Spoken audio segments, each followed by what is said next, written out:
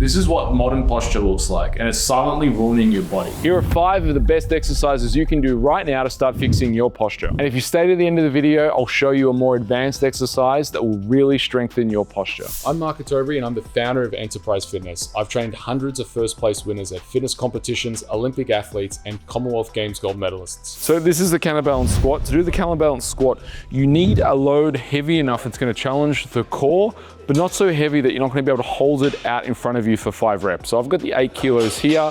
Some things, you want your arms perfectly straight, no bend whatsoever. So you can see here, and a little bit of reaching as well. We want to get that reaching involved to really work the core. So reaching, reaching, reaching. As I come down, we want to go for full range of motion. So you see here, my hamstring is completely covering my calf, and then I'm straight back up. Now, you might say, I don't have this range of motion. What do I do? Well, you could squat to a box, but we really want to challenge the body and get as deep and as low as possible. So the reason why we do the counterbalance squat is because it teaches us how to stiffen up our trunk. So when people squat, quite often what happens at that bottom range of motion, people's hips shift forward and what happens to refer to as the butt wink. Their hips are not stable as they come down. A metaphor that you might want to keep in mind is if you imagine a chain out in front of you.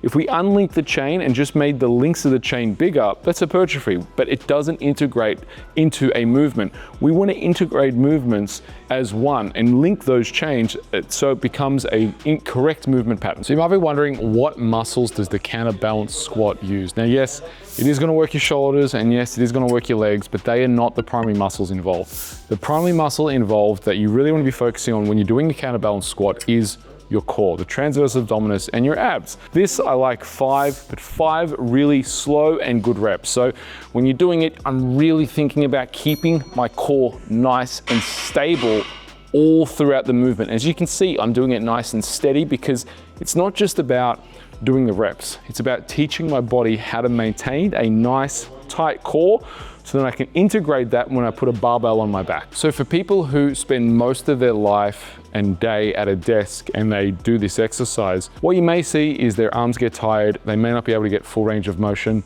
but again, always when we put a weight in front of someone's body, your core has to engage. So the real question is, how low can they go? And do they have the mobility in the lower part of their body? Now, if you don't have the mobility in the lower part of your body, then you're going to use a box and you're going to be squatting down to a box. When it comes to fitness, there's a bunch of do's and don'ts. And that's why at the end of this video, I'm going to give you a free copy of my fitness user manual. It contains a lifestyle assessment section, nutritional guidelines, and goal setting section so you can plan your fitness to perfection. This exercise is a must for releasing the upper back. Okay, so how to do a cat-cow. Now, one of the keys with doing a cat-cow, or the key to doing a cat-cow, is always ensuring that your elbows are completely locked throughout the motion. And the other thing I like to do and instruct is I like to splay and spread my hands as much as possible. Then in this position, your knees should just be under your hips.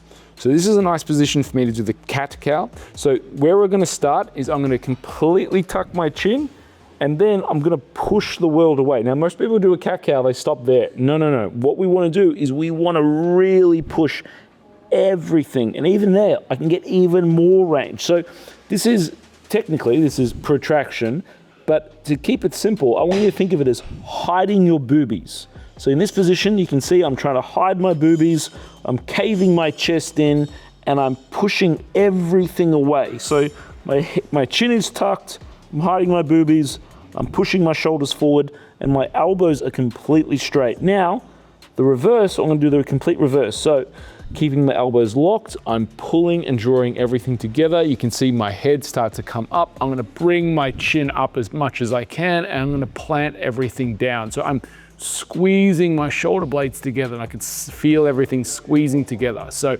again, that's the end position. And on both of these, whether I'm hiding my boobies or pinning my shoulder blades together, I'm trying to do it as much as possible and then do it even more. So you can see here, I'm pushing everything away. I'm being aggressive with it. So when you do mobility work or do this type of work, there is somewhat of an aggressive kind of thought that you want to have in your head is you want to push for that end range, right? So that's where my end range is. I really want to work this as much as I possibly can. This is my end range. And again, I don't want to bend my elbows whatsoever. I want to get that end range, squeeze everything together.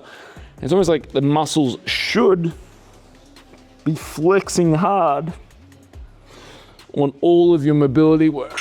And you can see here, when I do this, I'm really putting effort into it. It's not just, it's not that.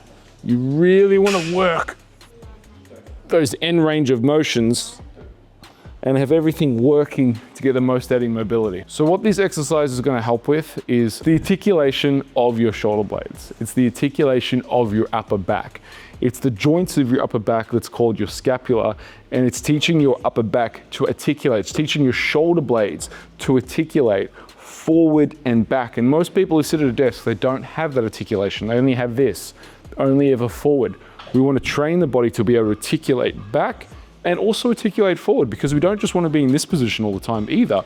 We want to be able to go through forward, protracted, and also retracted with our shoulders. I do find most people aren't able to articulate their scapula as well as they should be able to. So we talk about the muscles being used in this. This isn't really so much about the muscles, it's about the joints. And as we spoke before about, it's about articulating through the scapula. So muscles that we're going to be working, well, I mean, we've got our upper back. It's really it in terms of, we've got external rotation, internal rotation, thoracic extension, and retraction, but really it is about articulating the joint, it's articulating the scapula. That is what we are aiming at when we do a cat-cow. This next exercise is a must-do to unlock your hips. So the lock clam. A lot of people, when they do a lock clam, is they set up and they're too straight. When you do a lock clam, you really want to point your pelvis to the floor. So you can see where I am here, my pelvis is pointed to the floor. Now you can play with your foot position. What I personally like is the back leg is always going to be straight, and I like to put the leg on top of my ankle. Now in this position, all I can move, and with your head, some people move up, some people, what you want to do is just pop your head down on your arms so you're laying flat. So in this position, the only thing that's going to move is my glute. So I'm going to pull my leg off the floor. I can prop my hand here if I want to get a bit more stability, but the only thing that's working here is my glute.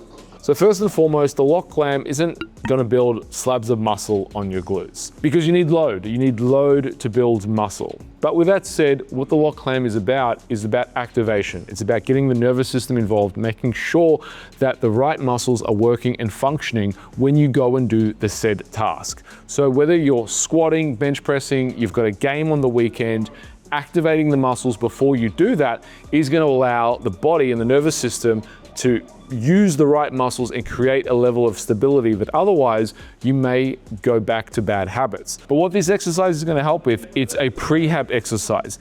It's an activation. It's going to activate the muscle. So when you go do your squats, think of it as prehab or rehab if you're experiencing injuries. This is going to teach the body to use the glute correctly when you're going to go do a movement, whether it's running, jumping, a game that you've got on the weekend, or weight training. You want to make sure your body is prepared to move correctly. That's what this exercise is about. I recommend it if you've got weak glutes or your glutes don't activate the way they should. I recommend you do this daily, 3 sets of 20 reps. So if you don't do the lock clam, so let's talk about some of the dysfunctions that happen. You have your femur, and on a squat, you have what's called a valgus. It's where the knees rotate in towards that center line of the body. What should happen is your glutes should be the stabilizing muscle of your femur. So if what you're finding is when you squat, when you run, or when you walk, that knee is moving in and moving towards our strength, our VM, our vastus medialis, you're finding that the glutes aren't stabilizing the femur, that bone of the body. It's not stabilizing correctly. We want to get our glutes to stabilize that leg muscle, so we're not losing strength. We're not moving towards our VM. Our glutes are stabilizing that leg, so we're going to be able to express more force. This next one is great for the core. So in talking about a plank, most people, almost always I see, do a plank completely wrong. So we want to talk a little bit about the gymnastics position. And what that is it's where our rib cage is stacked on top of our pelvis. So you want to imagine your rib cage comes down and your pelvis comes up, and then you're sucking your belly button into your spine. Now, 2 other things need to happen. we need to squeeze our bum cheeks as hard as we possibly can, and then also squeeze our quads. I'll demonstrate and show you. The other thing for bonus points that we're gonna do is we're gonna also make a fist and push ourselves away from the ground. So there's actually in a plank, a lot is happening in a plank. A plank is not passive. If someone is doing a plank and they're just kind of la-di-da-di-da, they're not doing it properly. So let's start from the hands. I make a fist and I'm gonna push myself away. You can see here, I'm not here, I'm pushing myself away, almost like think, hide my boobies. Then I'm pulling my rib cage down. Now I've got my bum up purposely. I'm gonna tuck my bum down. So my pelvis is tucked under. I'm trying to hide my tailbone and I'm pulling my rib cage down. Now I'm gonna flex my bum cheeks as hard as I can. And I'm gonna flex my quads as hard as I can. So right now, I'm trying to get as stiff as I possibly can in the plank. I'm trying to create stiffness. That stiffness, I'm gonna carry over to a deadlift. I'm gonna carry it over to a squat. I'm gonna carry it over to every exercise I possibly can.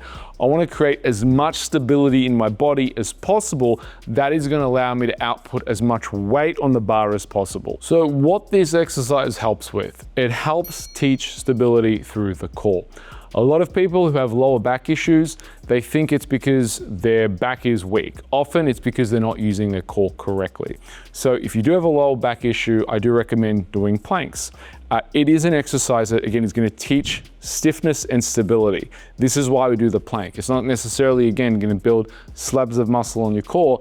It's going to teach you the right position to lift in, which is absolutely key. And for those who spend a lot of time at a desk in that hunch position, they're not using their abs correctly. From here to here, I want all of this nice and stiff. But again, I'm going to be squeezing my glutes and I'm going to be squeezing my legs at the same time. So everything is going to be activated. But really, what is this working?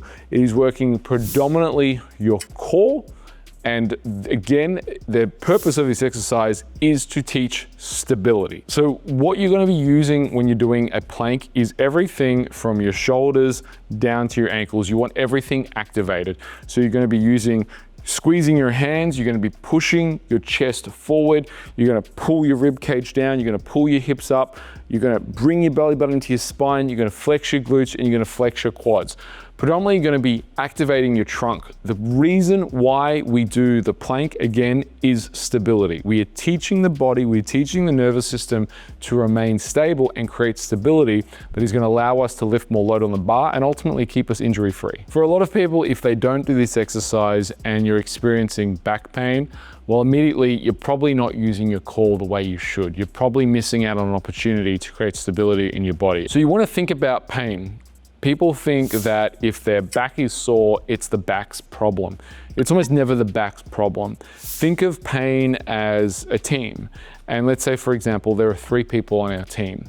And me and my buddy on my team, we say, let's go out for lunch. And we leave this other person, let's call them Mary, to do me and my buddy's work. Now, Mary gets really tired. And I want you to think of Mary as the lower back in this case.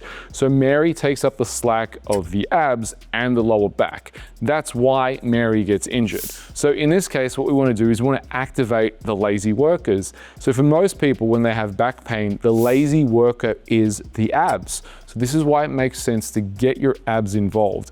Get the other muscles that aren't working correctly, they're not working right, involved so that it gives the back, it gives Mary in this case, a break from having to do all the work. This one is amazing at opening up the hips and teaching you a diabolical squat pattern. Okay, so how to do this, it's very, very simple. All you really need is a wall and to get as close to it as possible. You don't have to use a stick. I like to use a stick. Using a stick is a little more advanced, but I'll take away the stick just for now for the explanation. So what we really want to do with this is we want to teach the body how to squat using both our hips and our knees and splaying the floor. So here you can see I can't move forward. If I move forward, I'm going to nosedive straight into the wall. So as I move, it forces me to get down. I have to open up my hips.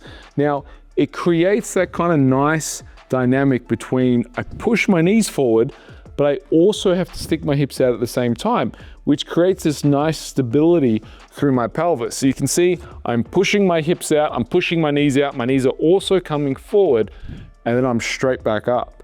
So it does a lot of things. This achieves a lot of things, but really it achieves that nice end position on that squat, where again, I'm not just relying on my knees coming forward, I'm not just sticking my hips out. More importantly, on the squat is I want to stay up tall. Most people make mistakes on their squat by leaning forward. I have a wall in front of me. I can't lean forward. So if I translate this pattern, this is a movement pattern. If I translate this pattern over to my squat, now you can see it becomes a really nice squatting pattern where the bar is staying in line with my midfoot. What this exercise helps with is developing a beautiful squatting pattern. As discussed before, what happens a lot of the time when people squat is they move forward, or they move their knees too far forward, or they just move from the hips, or they don't splay their knees out far enough. To do this exercise, you need to do all four things at the same time.